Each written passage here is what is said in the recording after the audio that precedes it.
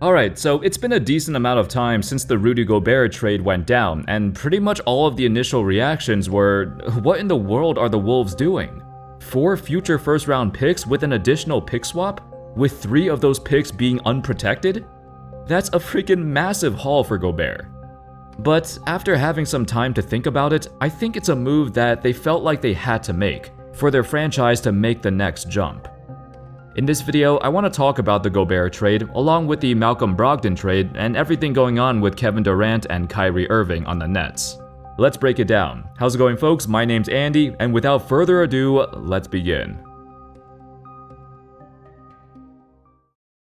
One major statement I've heard critics say was, if the Wolves gave up this much to get Gobert, couldn't they have made the same offer to the Nets and get KD instead? Both of them are signed under contract until 2026. Well, the truth is, the Wolves actually did try to trade for Kevin Durant. They called the Nets before they even considered calling Utah, and reportedly, the Nets wanted either Karl Anthony Towns or Anthony Edwards in return for KD.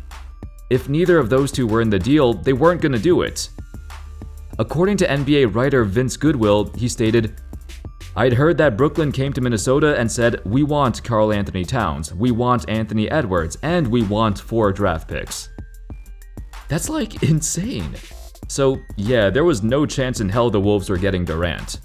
But considering the market for him isn't as strong as the Nets initially thought, maybe they're in trouble. Anyway, looking into this Gobert trade in detail, besides the picks, they gave up 4 players, 3 of which had a huge impact on their success in returning to the playoffs. Still, none of them can come close to having the impact that Gobert has. The Wolves' defense has been their most critical weakness over the last decade. They've been a bad defensive team for such a long time. They were bottom 10 in the league in defensive rating for 7 of the last 8 seasons. Most of those seasons, they were actually bottom 5. Towns shouldered most of the blame for this. Yeah, we all know he's an offensive dynamo, but defense in the paint matters a lot, and his defense struggled for years.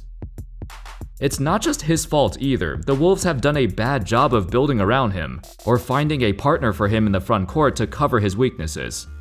For basically Towns' entire career, he's never had a consistent front court partner who pairs well with his skill set. Now, with Gobert's arrival, that covers a major hole the Wolves desperately needed to fill. They've established a new Twin Towers front court, and there's been questions if can these two even play together. While Towns has a fantastic outside game, he's still at his best when he's dominating inside. And Gobert, as we all know, can't really do anything outside the paint. There might be issues of spacing, and it doesn't help they gave up arguably their best 3-point shooter in Beasley. Still, you add on the best defensive center in the NBA next to an elite offensive big man, this is a nice step forward for the Wolves. This gives Cat a break defending opposing bigs as well. He doesn't need to pound and bruise in the paint as much, which lets him reserve energy for offense. Plus, Gobert is statistically the most efficient pick-and-roll scorer in the NBA. That's why the Jazz were 3rd in the NBA in points per possession for the roll man, cause Gobert basically carried that stat all by himself. The Wolves should see a huge jump in this area as well. Plus, it'll help Anthony Edwards expand his own offensive game. One of the primary things the coaches want him to work on to take it to the next level, it's his playmaking. So adding the best pick-and-roll finisher in the NBA, this is a huge help to him. I can see Edwards' assist numbers rising, and Gobert's gravity in the paint gives him more space outside to operate. It's a great fit. Overall, while the Wolves did give up a substantial amount of picks to get Gobert, they got him without giving up any of their main core. I think it'll be worth it because it's a better fit than what most people give credit for. And let's be real, the Wolves had no chance to compete in the West unless they made a big splash. This was their big splash. Perhaps this might come back to bite them in the ass, and they might regret giving up all those picks, but it's a chance they were willing to take. Towns is such a tremendous talent, and they didn't want to waste the best years of his career, so I respect this move, even if it doesn't work out, because at least it shows they're trying to build something. They're trying to build around him. So another noteworthy trade happened around the same time, but it was overshadowed. The Celtics acquired Malcolm Brogdon in what I think is a very underrated trade. Brogdon kinda fell off the face of the earth when he got traded to Indiana a few years back, but that's because nobody really pays attention to the Pacers. During the last 3 years, he also suffered numerous injuries that caused him to miss a lot of games. But when he's been healthy, he embraced his new role as the focal point of the offense, and showed he can be a true point guard. So with his arrival to Boston, how will he fit alongside Marcus Smart? Brogdon is making $21 million a year, but most likely going to be Smart's backup. It seems like a weird choice to bring in someone that expensive just to be a backup point guard. But it does make sense from the Celtics' perspective. This is Brogdon's last year of his contract, so it's set to expire in 2023. They also just made the NBA Finals. This trade is simply a one-year attempt to hope Brogdon pushes them over the top to win the title. Yeah, they did give up a first-round pick in the deal, but their window to contend is right now. The Celtics are done rebuilding, they're just looking for that final piece. Brogdon also fits into the theme of the Celtics roster. What makes this team special is that they don't have many weaknesses. From top to bottom, there aren't many players you can look at and say, let's go at him and let's expose him. Brogdon is an all-around solid player, not exceptional at any one skill, but a jack-of-all-trades veteran who has playoff experience. The Celtics were also a mediocre passing team in the previous season. As a team, they were around middle of the pack in multiple categories, including passes per game, assists per game, and points created off assists. It wasn't a weakness per se, but it was definitely something they could use some help in. Brogdon will certainly be a boost to their offense, especially off the bench. They likely will not re-sign Brogdon either unless he performs exceptionally well, but that's okay. They're playing for the present, not the future.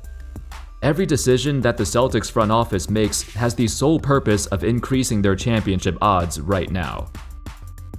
As for the Pacers, their goal is to rebuild and get some young assets, which they kinda did, I guess, if you consider Aaron Nesmith a young prospect. Plus the 2023 first rounder that will likely fall in the later part of the draft. Still, it's better than letting Brogdon walk for nothing after his contract expires. The biggest headline is still looming. Where will Kevin Durant end up? A while back, he requested a trade and had Phoenix as his preferred destination. Well, what do you know, Durant joining the team with the best record in the league? Who would have thought that? However, as of this video, any trade involving Kevin Durant has not yet come to fruition. It seems like there's been perplexing reports on the Durant rumors. On one hand, the Nets' asking price for Durant has been absolutely insane. As I mentioned earlier, there was no way the Wolves were giving up Towns and Edwards for Durant. I mean, I know Durant's under contract until 2026, but with the way the league is heading towards these days, I feel like a player can just demand a trade and refuse to play until they're traded. So even though he's under contract, he can still refuse to play with no repercussions. The Nets have also made it clear that they want a, quote, blue chip player plus multiple first-round picks in return. I don't even think that's a bad thing to ask. But there's probably only a handful of teams that Durant will actually suit up for. On the other hand, I've heard people say the Nets are asking for too much, but is it really too much if Gobert commanded this much as well? They definitely saw how much the Wolves gave up for Gobert, and since Durant is the much better player, it makes sense that the Nets should get more back for Durant. However, the Wolves probably gave up too much in the first place, so the market for Durant is skewed. Still, this is Kevin Durant we're talking about. There's going to be some team desperate enough to give a lot to get him, whether it's during the summer or near the trade deadline. Kyrie is in a similar but different spot. He opted into the final year of his deal, but the Nets are looking to trade him anyway. If the reports are true and he's looking to join LA for a reunion with LeBron? Ooh, that's gonna be a spicy season. They obviously are not gonna give up Davis, so in order for the salaries to match, they have to include Russell Westbrook in the trade. And if Westbrook is on the Nets, it's time to tank. It's a really sad situation if you think about it. Just a year ago, this Nets team was supposed to be contending for the title. They spent so much effort building this super team with the sole purpose of winning the title. But now, with Harden leaving and Durant and Kyrie wanting out, they imploded before they even had a healthy season together. You have such a mentally weak player in Durant trying to chase another ring. Then you have Kyrie, who, with that whole vaccine mandate and being unable to play half the season, that rubbed Harden the wrong way, which made him want to leave in the first place. The thing is, if KD and Kyrie both stayed and Simmons returned to the floor, they'll still be really good. Talent-wise, they fit well together, but personality-wise, this is probably the most unstable big three we've ever seen. Anyway, that's all folks. Thank you all so much for watching. I hope y'all enjoyed the video. Let me know your thoughts on these trades and where do you see Durant and Kyrie end up going to? Do you think they'll remain with the Nets this season? Which team do you think they'll get traded to if they do get traded? Let me know in the comments. Thank you all so much for watching. I hope y'all enjoyed the video. And of course, as always, I'll see you next time. Peace.